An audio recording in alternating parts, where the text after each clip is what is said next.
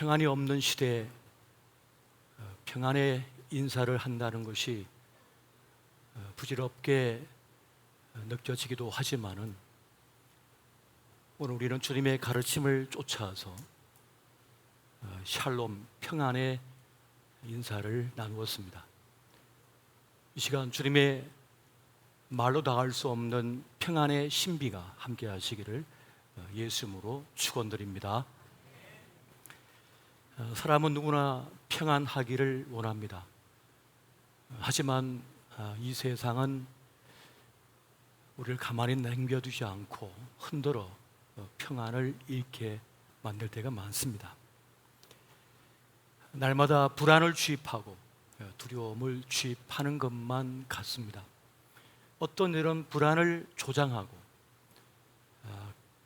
그 불안 속에서 자신의 이득을 취하고자 하는 그러한 모습도 있는 것이 사실입니다. 21세기가 되면 유토피아가 올 줄 알았습니다.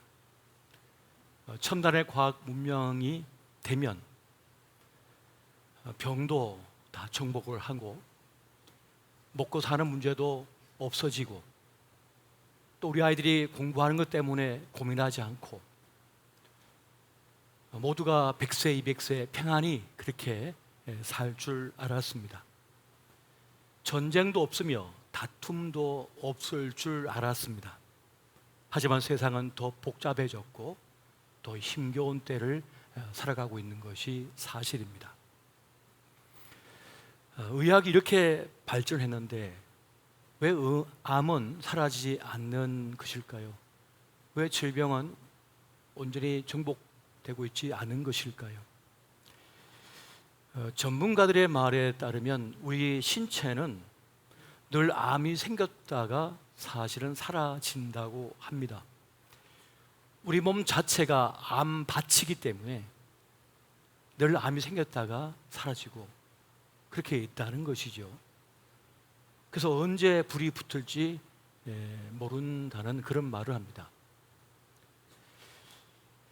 복잡한 세상을 살면서 우리가 이런저런 스트레스를 받게 되는데 그 스트레스가 불씨가 돼가지고 그 암밭에 불을 일으킨다는 것입니다. 그렇게 되면 고초를 많이 당한다는 그런 말을 합니다. 좋은 약이 그렇게 많이 만들어졌음에도 불구하고 우리가 만성적 염증을 겪고 있습니다. 그렇게 좋은 약을 먹고 영양제를 먹고 함에도 불구하고 그렇게 운동을 열심히 함에도 불구하고 그럼에도 불구하고 그 만성적 염증에 시달리는 이유는 이 스트레스가 더 우리에게 닥쳐오기 때문이다. 그런 말을 하는 것입니다. 국제암학회에 따르면 치매에 걸린 분들을 연구해 보니까 암이 생기지 않더라 합니다.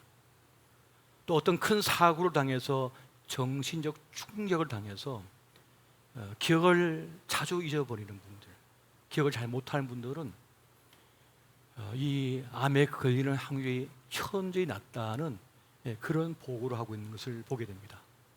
그러니까 사람이 스트레스를 받고 그 상처를 받고 아픔을 경험하고 그걸 잊어버리든지 흘려버려야 되는데 그걸 마음속에 계속 담고 있기 때문에 그것이 문제를 일으킨다는 것입니다. 사람이 스트레스를 가장 많이 받을 때는 언제일까요? 몇 가지를 살펴보게 되면 먼저는 비교의식과 경쟁의식 때문이라고 합니다. 다른 사람과 자신을 비교하는 것입니다. 나도 잘 차려입었고 잘 가꾸었고 괜찮게 산다고 생각하는데 나보다 좋은 옷을 입고 비싸 보이는 백을 들고 있고 자동차를 타고 있는 걸 보게 되면 갑작스럽게 내가 초라하게 느껴진다는 거예요. 그래서 불행을 자초한다는 것입니다. 그리고 사람들은 누가 강하냐 약하냐 누가 높으냐 낮으냐라고 하는 그 비교를 계속한다는 거예요. 그 경쟁 시대를 살아가다 보니까 이 생존을 위한 경쟁의 레이스를 계속하다 보니까 이것이 체득화가 된 거예요. 몸에 익어버린 것이죠. 이것이 우리를 힘겹게 한다는 것입니다. 나만 실패하고 뒤처진 것은 아닌가? 나 좀 잘 살고 있는 줄 알았는데 아닌가? 라고 하는 자기 삶에 대한 질문을, 물음표를 던지게 된다는 것입니다. 우리 신앙생활을 방해하는 것도 사실은 이 비교의식과 경쟁의식인 것을 보게 됩니다. 사실 교회에 나오면 천국을 경험하고 평안을 누려야 되는데 이 교회 안에 들어와서도 세상의 습성, 세상의 삶의 방식을 그대로 가지고 들어와서 교회를 바라보며 교회 생활을 한다는 것입니다. 그러니까 세상의 익숙한 방식대로 신앙생활을 하다 보니까 아픔을 당하고 스트레스를 받는다는 것입니다. 직분을 계급으로 여기는 분들도 계시는 것 같습니다. 직분은 오직 하나님께 봉사하기 위하여 세워진 것일 뿐 세상의 계급 구조가 절대로 아닙니다. 그것 때문에 상처를 받는 것입니다. 여러분, 안 그래도 직장 생활하면서 상사 때문에 고민하고 아파하고 힘겨워 왔는데 굳이 교회까지 들어와 가지고 누가 쫄병 노릇하고 싶겠어요? 그런 거? 그래서 비교당하고 무시당하고 싶겠습니까? 적어도 교회 안에서는 모두가 평등하고 평안을 누리고 위로를 받고 격려를 받아야 되는데 교회까지 들어와 가지고 누구 부하이가 되고 누구 쫄병이 되는 거 행복할 사람이 세상에 어디 있습니까? 저도 그런 교회는 다니고 싶지 않습니다. 민수기를 우리가 큐티를 하고 있는데 어제 말씀을 보게 되면 레위인들이 세워지는 과정을 보여주고 있습니다. 레위인들은 성막에 봉사하기 위하여 부름받은 이들이었고 그들의 의미는 이스라엘 백성 전체의 가정당 장자 한 명을 하나님께 바쳐야 되는데 그들 대신에 레위 사람을 불러다가 그 레위 지파 전체를 하나님께 바쳐서 봉사하게 만든 것입니다. 그래서 레위 지파는 땅을 가질 수 없었어요. 온전한 자기 집도 가질 수가 없었습니다. 오로지 이스라엘 백성이 하나님 앞에 바쳐 올린 헌물, 그 재물, 그걸 가지고 생존할 수가 있었던 겁니다. 그걸 가지고 생활했던 거예요. 그래서 이스라엘 백성들이 믿음이 떨어지거나 신앙이 무너지면 레위 지파는 쫄쫄 굶어야 됐습니다. 그래서 그 성막 제도를 통하여 또 제사장들이 하는 그 일을 섬기면서 이스라엘 백성의 신앙, 믿음을 일으키는 그 역할을 이 레위 사람들이 했던 것입니다. 그것을 이어서 사역자들이 사역하는 것이고 직분자들이 세워져서 하나님의 일을 섬기도록 한 것, 그것이 바로 직분이라는 것입니다. 이것을 잘 모른 채 그냥 교회 생활하다 보면 직분이 계급처럼 느껴질 때가 있어요. 그것은 서로에게 상처가 되고 그 하나님과 아무 상관이 없습니다. 그래서 하나님께서 너 누구니? 그러셨단 말이에요. 사실 모든 것이 완벽한 사람은 존재하지를 않습니다. 무엇이든지 조금씩은 부족한 채 이 세상을 살아가는 것이 사실입니다. 결핍을 경험한 것이죠. 가정에 들어가 보면 가정마다 다 아픔이 있어요. 다 문제가 있고 다 결핍이 있습니다. 겉보기는 멀쩡해 보이고 잘 사는 것 같아도 들어가 보면 나름의 아픔을 다 간직한 채 살아가는 것을 볼 때가 참 많습니다. 사람마다 잘하는 것이 있고 못하는 것이 있습니다. 장점이 있고 단점이 있는 것이 우리 인간의 모습인 것입니다. 그리고 여러분, 세상에는 절대 공짜가 없습니다. 누구보다 앞서가는 사람은 앞서가는 자의 문제를 경험하게 됩니다. 그리고 높은 자리에 오른 사람은 오른 만큼 그 대가를 반드시 지불하게 되어 있습니다. 유명해졌다고, 인기를 얻었다, 이름이 났다고 유명세를 반드시 치르게 되어 있습니다. 그래서 세상에는 절대 공짜가 없는 것입니다. 여러분, 가장 행복한 사람은 어떤 사람일까요? 지금 자신이 가지고 있는 것, 지금 내가 누리고 있는 것에 대하여 만족하고 감사할 줄 아는 사람인 것입니다. 그럼 가장 불행한 사람은 누구일까요? 지금 나에게 주어진 것, 지금 내가 누리고 있는 것에 대하여 불평하고 그것을 한탄하며 내가 지금 갖지 못한 것에 대하여 연연하는 사람, 그 사람 불행을 자초하고 있는 사람입니다. 여러분 한번 생각해 보십시오. 이 코로나 3년 동안 우리가 지금 생존하고 있는 것은 기적입니다. 사실 코로나 때문에 지구촌에 상당한 인구가 사라졌습니다. 제가 잘 가는 미용실이 있는데 그 미용실 맞은편에 있는 집에 2층 집에 아저씨가 코로나 때문에 사망했습니다. 그 옆집은 남편이 운동하고 돌아왔는데 코로나를 옮겨가지고 그 아내가 죽었습니다. 뒷집은 젊은 아이가 죽었습니다. 한 집 건너 한 집에 불행이 왔어요. 그런데 지금 우리는 멀쩡하게 우리 자녀가, 우리 가족이 건강하게 있지 않습니까? 또 우리는 너무 당연하게 여겨요. 그 아무것도 아니라고 생각해요. 그래서 고마운 줄 모르고 감사할 줄 모르고 마치 나에게 불행만이 있다고 생각해요. 그렇지 않습니다. 지금 내가 건강한 것, 가족과 함께하고 있는 것, 숨 쉬고 있는 것조차도 은혜의 힘을 여러분 기억하시기 바랍니다. 다음으로 비판이나 이 모욕 때문에 특히 한국 사람들이 많은 고초를 당하고 있다고 합니다. 한국 사회는 이 비판하는 문화, 이 비난하는 문화, 모욕과 조롱하는 문화가 극히 발전되어 있다는 말을 합니다. 이것은 우리 말이 아니라 해외 기자가 한국에서 특파원으로 10년 동안 근무하면서 다른 나라도 많이 근무해 봤는데 특히 한국 사회는 매우 논리적이고 이성적이고 그리고 아주 정이 넘치는 사회이면서 불구하고 누군가를 비난하고 비판할 때 아주 독하게 한대. 막 가슴을 후비판대. 막 심장을 다 찢어놓는데 그렇게 말을 하더랍니다. 그것이 우리에게 서로 상처를 주고 스트레스가 되고 있다는 거예요.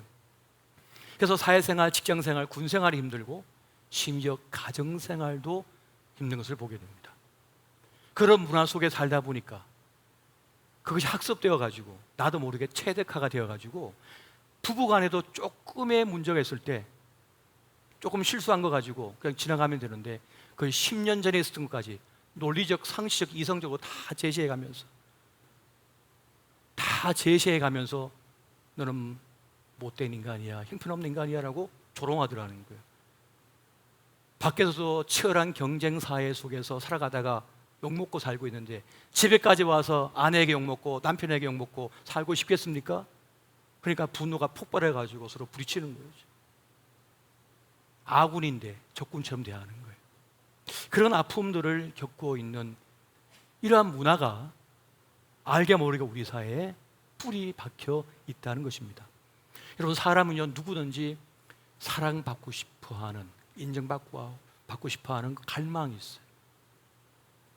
좀 인정해주고 사랑받고 싶은 그런 갈망이 있다고요.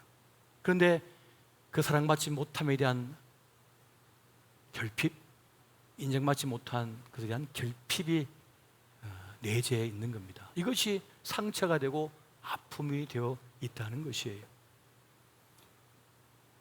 꽃으로도 때리지 말라 그러는데 도끼로 찢고 있단 말이에요. 사람들이 서로 간에. 그 다음에는 뭐가 있습니까? 스스로 정죄함은 정죄의식이 있다고 합니다. 살다 보면 내가 뭐 했나? 내가 헛살았네 하는 생각이 들 때가 있다는 거예요. 지금까지도 잘 살아왔는데도 불구하고 나 헛살았네 하면서 자신을 가혹하게 평가하는 경우가 많다는 것입니다. 이만하면 잘 살았는데, 이만하면 가족 건사하고 훌륭하게 살았음에도 불구하고 자신을 가혹하게 다룬다는 겁니다. 지난날 자기가 실수한 것, 자기가 실패한 것을 잊어먹어줘야 되는데 안 잊어먹고 끝까지 거울 앞에서 자신을 공격해, 자신을 비난해, 자신을 조롱해. 그래서 자기 비난을 넘어 자기 학대까지 나가는 겁니다. 그래서 자신을 더 괴롭히는 거죠. 더 아프게 하는 그러한 것이 우리에게 있습니다. 조금의 실수도 용납하지 아니하고 봐주는 법이 없습니다.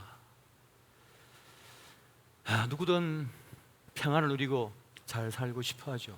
그런데 뜻대로 안 된다는 것입니다. 내 몸인데도, 내 마음인데도 제대로 되지가 않는다는 거예요. 이것이 우리의 현실입니다. 우리 스스로 평안을 얻지 못한다는 것, 이것이 바로 성경의 가르침이 되고 있습니다. 세상은 말합니다. 이거 먹으면 평안할 거라, 이거 사이 보면 평안할 거라, 이 백 들으면 천국을 경험할 거라고, 이 아파트에 들어와 살면 하늘 위를 걷는 것 같을 거라고. 거짓말이죠. 다 거짓말로 평안을 주겠다고 약속을 합니다. 그렇게 약속을 해요. 그런데 여러분, 어떤 것으로도 평안을 얻지 못합니다. 돈을 많이 벌어도 평안은 살 수 없습니다. 성공은 거둘 수 있을지 모르지만 평안을 거둘 수는 없다는 것이에요. 성공하면 할수록 불안해. 부자가 되면 될수록 불안해. 이것이 우리의 현실인 것입니다. 자녀가 예쁘면 예쁠수록 불안해요. 그렇지 않나요? 딸이 너무 예뻐요. 불안해요. 잘 나갈수록 불안해요. 이것이 우리의 현실이라는 것입니다. 평안은 내가 만들어낼 수 없고 얻을 수 없다는 것이 성경의 가르침이며, 오직 그것은 주어지는 것이다, 그것은 하늘로부터 오는 것이다 라고 하는 것이 바로 하나님의 가르침, 성경의 가르침이라는 것입니다. 여러분, 하나님께서 우리 마음을 붙잡아 주시고 주님께서 평안을 부어 주셔야만 평안을 누릴 수가 있습니다. 여러분, 빌립보서 4장 6절과 7절 말씀 같이 한번 보겠습니다. 자, 시작. 아무것도 염려하지 말고 다만 모든 일에 기도와 간구로 너희 구할 것을 감사함으로 하나님께 아뢰라. 그리하면 모든 지각에 뛰어난 하나님의 평강이 그리스도 예수 안에서 너희 마음과 생각을 지키시리라. 아멘. 우리가 하나님께 구할 때 하나님께서 하나님의 평강을 우리에게 부어주시며, 무엇보다 우리의 마음과 생각을 다스려 주신다, 지켜주신다는 말씀을 우리에게 하고 있는 것입니다. 성 어거스틴은 그런 말을 합니다. 내가 하나님을 발견하기까지는 그 어디서도 참 평안을 얻을 수 없었다. 내가 하나님을 발견하기까지는 어디에서도 참 평안을 얻을 수 없었다고 성 어거스틴은 그렇게 말하고 있는 것을 보게 됩니다. 그럼 어떤 하나님을 발견해야 됩니까? 어떤 하나님을 우리가 알아야 하는 것일까요?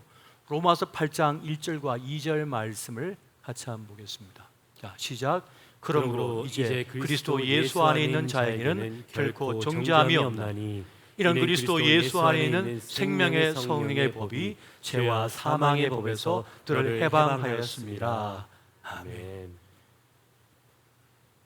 그리스도 예수 안에서만 정죄함이 없다, 정죄함에서 벗어날 수 있다는 것입니다. 세상이 외부에서 나를 정죄합니다. 그리고 내 속에서 나를 정죄합니다. 넌 형편없어, 넌 아무것도 아니야, 넌 패배자야, 넌 아무것도 아니야 라고 하는 정죄가 계속 주어지는 거예요. 계속 공격하는 거예요. 이것이 우리를 불행하게 만들고 아프게 만듭니다. 근데 예수 안에 있는 자에게는 새로운 법이 작동합니다. 죄와 사망의 법이 아니라 생명의 법이 작동하기 시작합니다. 바로 생명의 성령의 법이 우리 안에 작동하기 시작해서 그 세상의 악한 법이, 사람을 죽이는 법이 작동을 하지 못하도록 막아버린다는 거예요. 마치 우리를 죽이는 바이러스가 우리 몸속에 들어와서 우리의 폐를 썩게 만들고 죽게 만들고 딱딱하게 만들어 버립니다. 우리 팔다리를 썩여버립니다. 그런데 백신을 맞았더니 그 백신이 그 바이러스를 죽여버려요.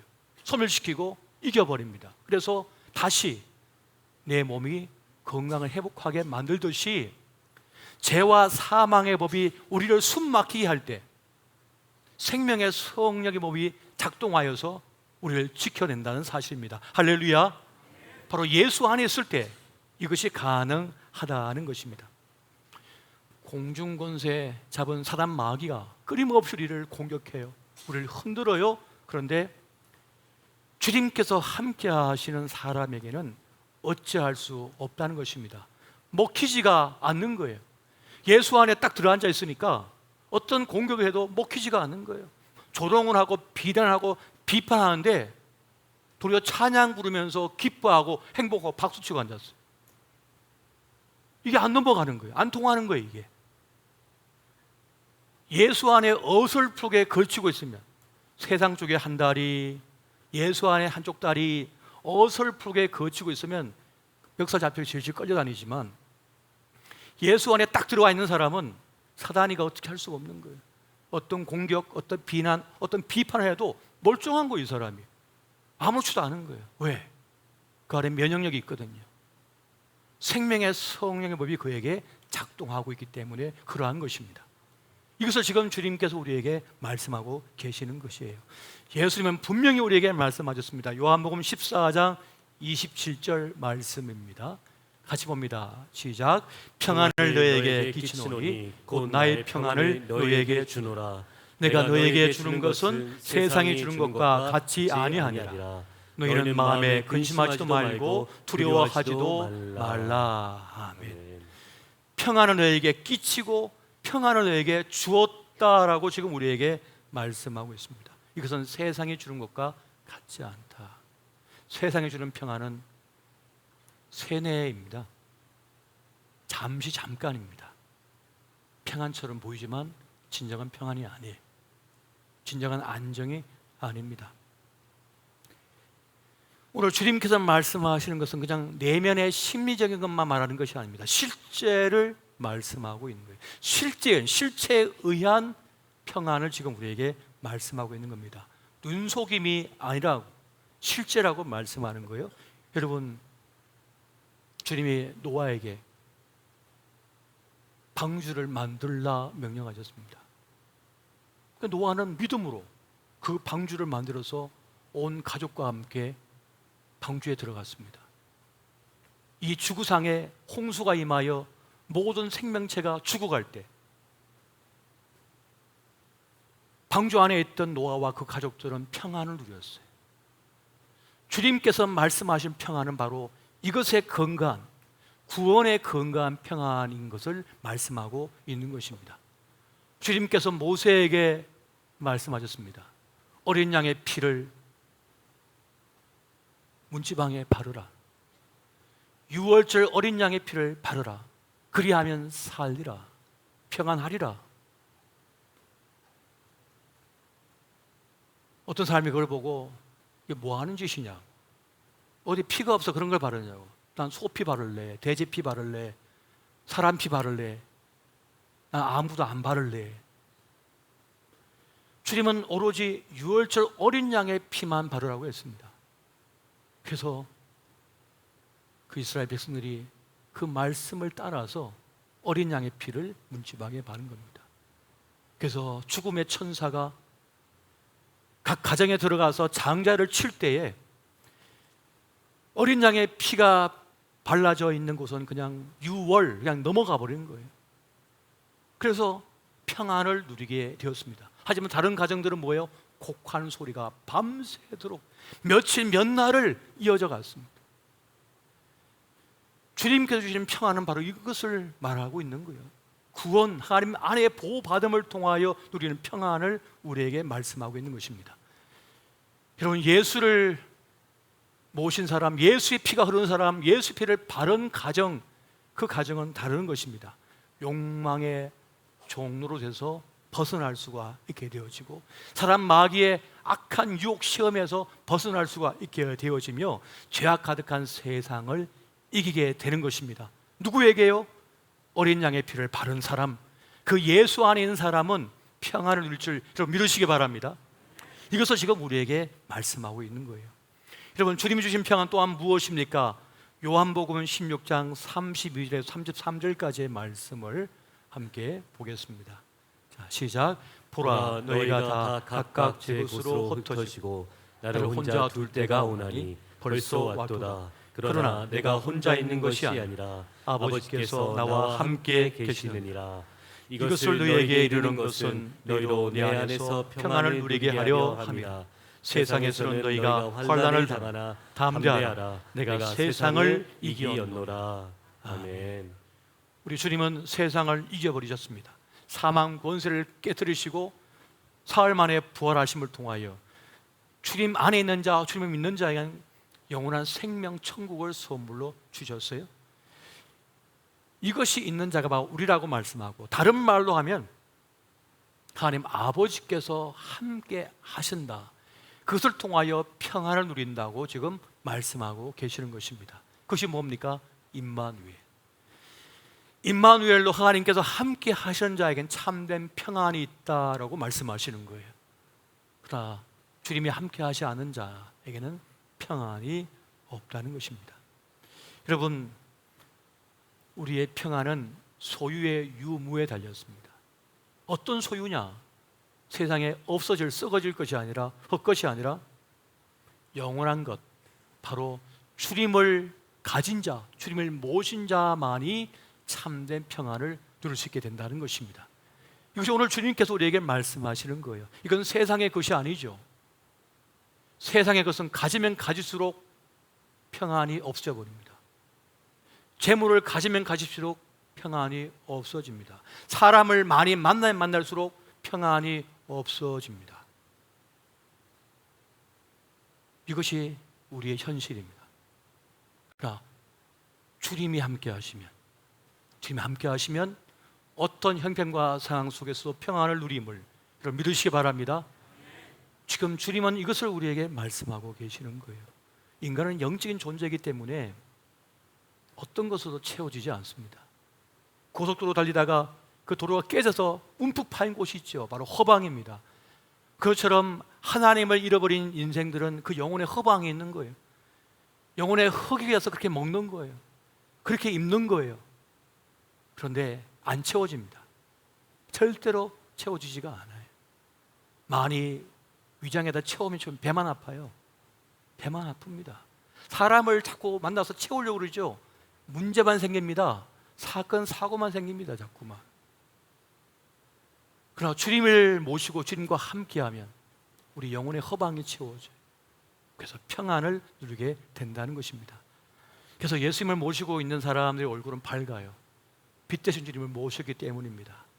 또 생명력이 넘쳐요. 생기가 있어요. 왜요? 생명력이신, 생명을 가신 주님을 내가 모셨기 때문에, 그 생명의 역사가 지금 작동하고 있기 때문에 힘을 얻게 되는 것입니다. 어떤 분이 저에게 꽃을 주셔가지고 집에 가져갔는데 이게 딱 세워놓으니까 목이 뚝 꺾어지는 거예요. 그래서 왜 다 주고 가는 걸 줬나, 이거 버릴까 하다가 아내가 꽃병에다 꽂아야 된다고. 그래서 꽃병에 딱 꽂아놓고 그 다음날 새벽 예배를 딱 갔다 왔는데 보니까 요 녀석이 고개를 빳빳이 들고 있는 거예요. 나 살아있다 하면서 꽃을 활짝 피워가지고 저를 쳐다보고 있더라고요. 그러니까 생명의 근원 되신 주님께 다시 연결되어지면 다시 생명력을 가질 줄 여러분 믿으시기 바랍니다. 그러니까 주님과 연결되어질 때, 주님과 함께 하고 있을 때 우리는 생명력을 회복하게 된다는 것입니다.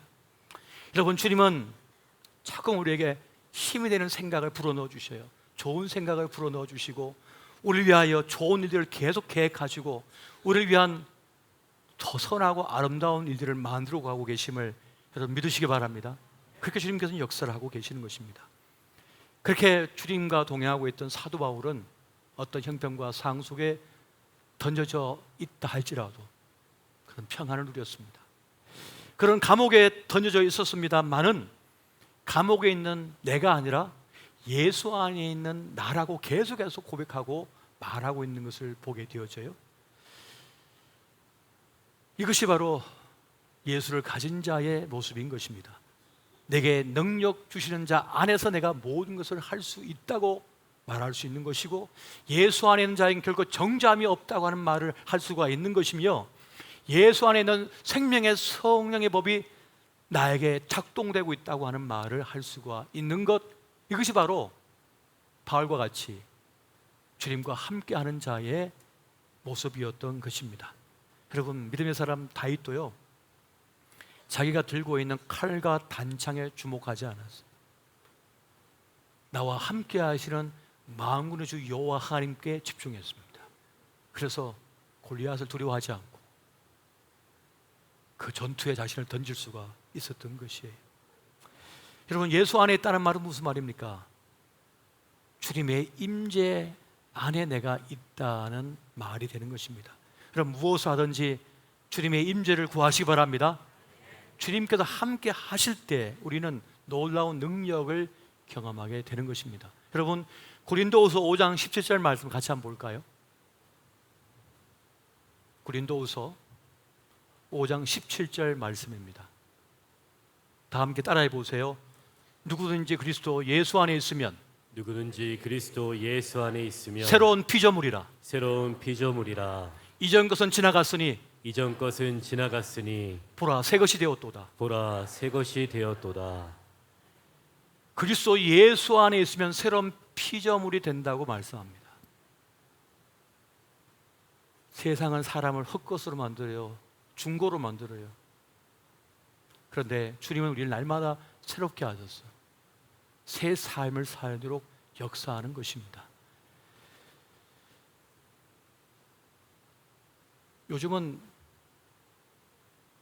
여러 세대가 함께 살아가고 있는데요, 8살만 차이 나도 이미 세대 차이가 난다고 그런 말을 합니다. 요즘 뒷방 늙은이란 말을 누구에게 쓴 줄 아세요? 10대, 20대가 30대를 향하여 쓰는 말이래요. 저는 50대인데 어디가 있어야 될지 모르겠어요. 관 속에 들어가 있어야 되나? 얼마나 세상이 빠르고 새로운 세대가 올라오는지 그런 세상을 우리가 살아가고 있습니다. 주님께서는 우리를 위하여 새 일을 행하시고 새 역사를 창조하시는 것입니다. 이것이 놀라운 하나님의 역사인 것입니다. 여러분, 평안을 누리는 길은 어렵지가 않습니다. 바로 주님과의 그 깊은 관계에서 누리게 되는 것, 이것이 바로 평안인 것입니다. 주님이 나를 사랑하셔서 십자가를 짊어 죽으심으로 나를 구원하여 주셨고 하나님의 자녀가 되게 하여 주셨고 천국 백성 되게 하여 주셨으며 그 생명을 더 풍성히 누리도록 지금도 역사하고 계시다라고 하는 이 사실, 이것을 아는 사람, 그 주님이 나와 함께 한다고 하는 사실을 아는 사람은 어떤 형편상황 속에 있다 할지라도 평안을 누리게 되는 것입니다. 디모데후서 4장에 가보면 사도 바울은 그런 말을 해요. 내가 달려갈 길 다 마치고 믿음을 지켰으니 이제 내 앞에 생명의 면류관이 있도다. 그런 고백을 그가 하고 있는 것을 보게 됩니다.